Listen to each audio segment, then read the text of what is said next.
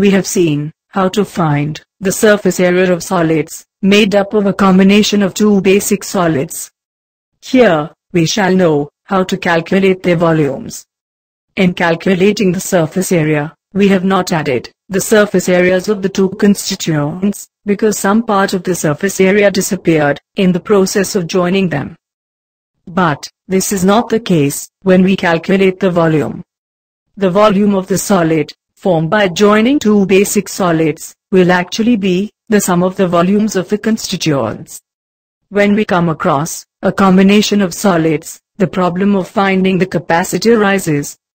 To find the volume of such an solid, we break it into smaller solids, and then find the volume of each solid, and add them up, to get volume of such a solid. In the given figure, volume of the solid equals volume of hemisphere, plus volume of cone. Similarly, take another figure. Volume of the solid equals volume of cone, plus volume of cylinder. Let us see some more examples. Example 1.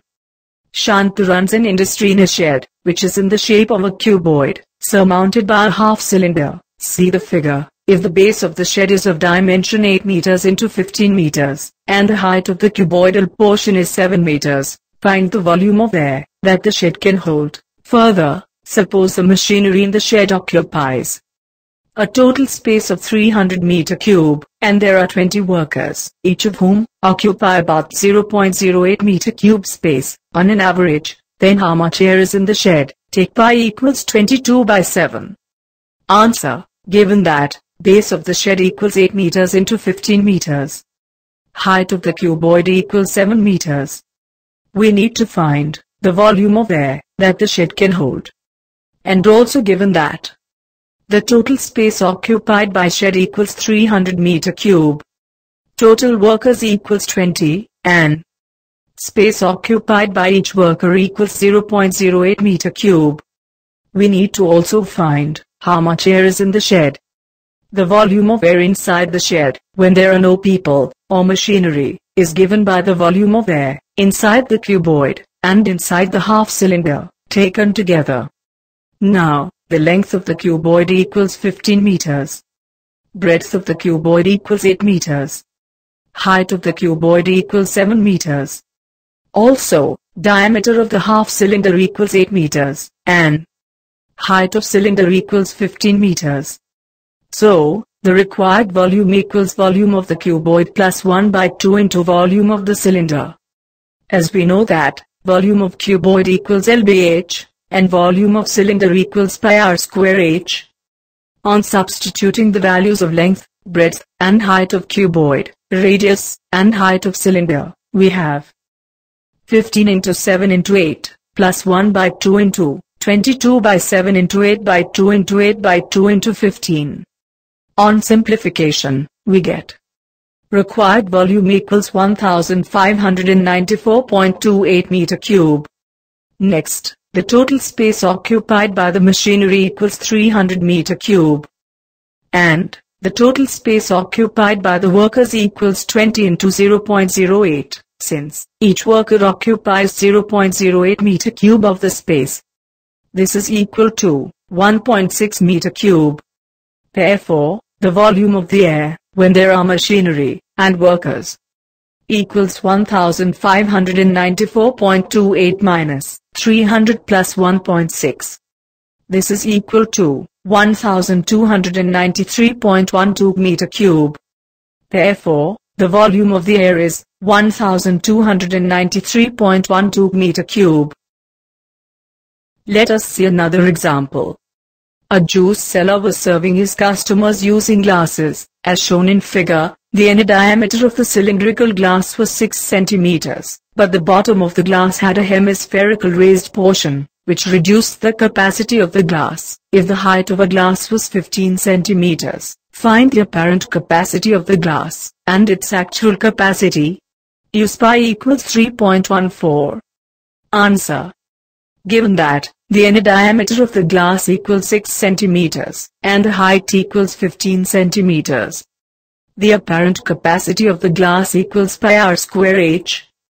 On substituting pi equals 3.14, r equals 3 centimeters. Since diameter equals 6 centimeters, h equals 15 centimeters, we get 3.14 into 3 into 3 into 15. On simplification, we get 423.9.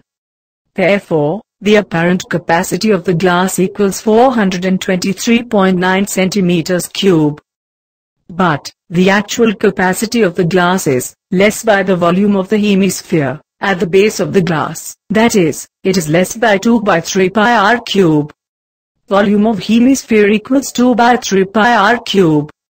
On substituting pi equals 3.14, r equals 3 centimeters, we get 2 by 3 into 3.14 into 3 into 3 into 3. On simplification, we get 56.52. Therefore, the volume of hemisphere equals 56.52 centimeters cube. Therefore, the actual capacity of the glass equals apparent capacity of glass minus volume of the hemisphere. This is equal to 423.9 minus 56.52. This is equal to 367.38 centimeters cube. Therefore, the actual capacity of the glass equals 367.38 centimeters cube. Example 3. A solid toy is in the form of a hemisphere, surmounted by a right circular cone. The height of the cone is 3 centimeters, and the diameter of the base is 5 centimeters. Determine the volume of the toy. If a right circular cylinder circumscribes the toy, find the difference of the volumes of the cylinder and the toy. Take pi equals 3.14. Answer.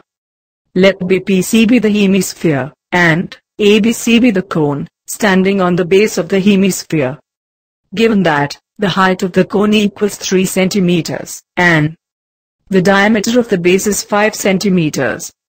The radius BO of the hemisphere, as well as of the cone, equals 1 by 2 into 5. This is equal to 2.5 centimeters. Therefore, the volume of the toy equals volume of the hemisphere, plus volume of the cone. This is equal to 2 by 3 into pi r cube plus 1 by 3 into pi r square h. On substituting pi equals 3.14, r equals 2.5 centimeters, and h equals 3 centimeters, we get 2 by 3 into 3.14 into 2.5 cube plus 1 by 3 into 3.14 into 2.5 square into 3 centimeters cube. This is equal to 52.325 centimeters cube. Now, let the right circular cylinder, EFGH, circumscribe the given solid. The radius of the base of the right circular cylinder is equal to HP equals BO equals 2.5 centimeters. And its height is EH equals AO plus OP equals 3 plus 3 centimeters equals 6 centimeters. Therefore, the required volume equals volume of the right circular cylinder minus volume of the toy. This is equal to pi r square h minus 52.32, since volume of the toy equals 52.32 centimeters cube. On substituting, r equals 2.5 centimeters, and h equals 6 centimeters of the cylinder, we get 3.14 into 2.5 square into 6 minus 52.32. On simplification, we get 65.43. Therefore, the required difference of the two volumes equals 65.43 centimeters cube. Let us now see some exercise problems. 1. A solid is in the shape of a cone, standing on a hemisphere, with both their radii being equal to 1 centimeters, and the height of the cone is equal to its radius. Find the volume of the solid in terms of pi. Answer. Given that the height, h, of conical part equals radius, r, of conical part, which is equal to 1 centimeters, and radius, r, of hemispherical part equals radius of conical part, r, equals 1 centimeters. Volume of solid is calculated as volume of conical part plus volume of hemispherical part. This is equal to 1 by 3 pi r square h plus 2 by 3 pi r cube.